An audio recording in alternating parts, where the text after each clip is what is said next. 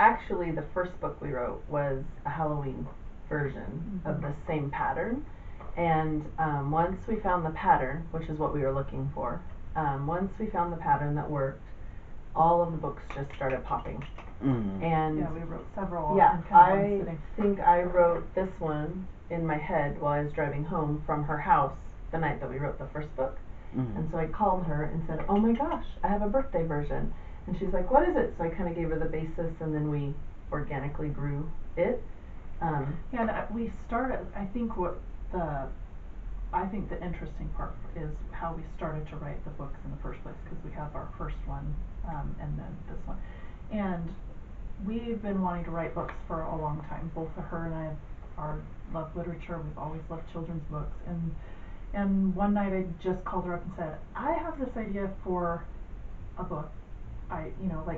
We just need to do it, even if it doesn't go anywhere. So we kind of did a retreat weekend, and we came up with the kind of pattern, because we wanted something really simple for early literacy. And then it just took off from there, and we had a really good time, like, getting that down. And yeah, and I think too, like, there's backstory to that. So our grandma was a writer, but she was a closet writer. She would take classes, and then she would write things, and then she would never share them with anyone. And so I think, like, we both had this idea that that's how you wrote. Like, you wrote things and you just kept them to yourself. And we both wanted to write for bigger audiences, but I don't know if we just weren't brave enough or what it was. Well, yeah, and right around that time, we have another sister. We have two other sisters. Those two are younger than us, but one of our sisters lost her son when he was 8 years old, about 5 years ago now. And it was about that time that it was kind of like, you got to just do things, right? Like, this tragedy had happened. It can be really short. And so actually the first one we wrote was a Halloween book, because our nephew was born on Halloween, and he had passed away in September. And so September. it felt like we wanted to do this kind of honoring of our nephew. And that one is still my favorite, because collective nouns for Halloween are awesome. Like clatter of skeletons, a float of ghosts. I mean, there's so many fun nouns, collective nouns for the Halloween one. So that, and I personally, that's my favorite holiday. So well, and I think your favorite is always the one that you start with. So it's weird, because the first book we published, we independently published, and it's A Mess of Relatives, and that is a Christmas. No, you're right. Sorry.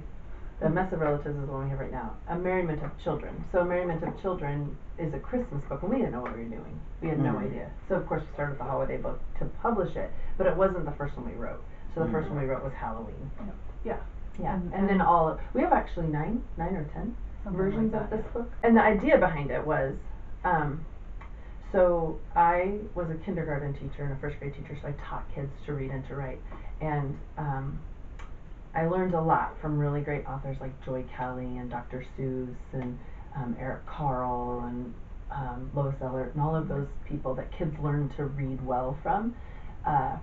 And we wanted to add to that early literacy skills development collection idea, and we knew the types of books that sustain. So, you know, like Brown Bear, and If You Give a Moose a Muffin, and those books that kids love and they go back to, and you can have multiple versions of them. We wanted it to be cyclical, so like when you got to the end of the book, you'd want to go back and read it again and again and again. And then once we found that pattern, 9 books just popped out. So they each have a different focus, and one of the things we are wanting to do is build trust with our audience, because we feel like there's a lot of really good hard topics out there that could be addressed in early childhood books.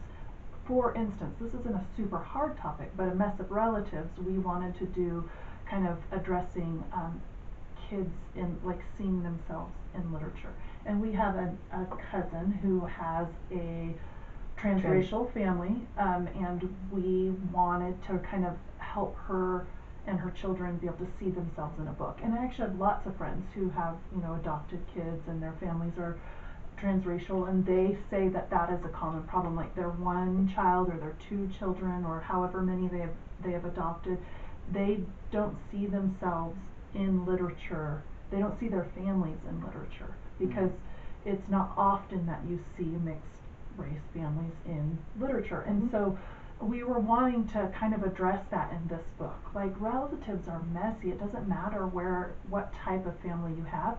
All families are diverse in some way. And so you get this, like, that's the one thing we all have in common, right? That's why the collective noun for relative is a mess, because that's what families are. And so that was the idea behind A Mess of Relatives, is that we would take a subject like a birthday and we would make the reader the center of that, because if you'll notice in A Mess of Relatives, you never see who the birthday kid really is. You just see all the activity around the birthday kid.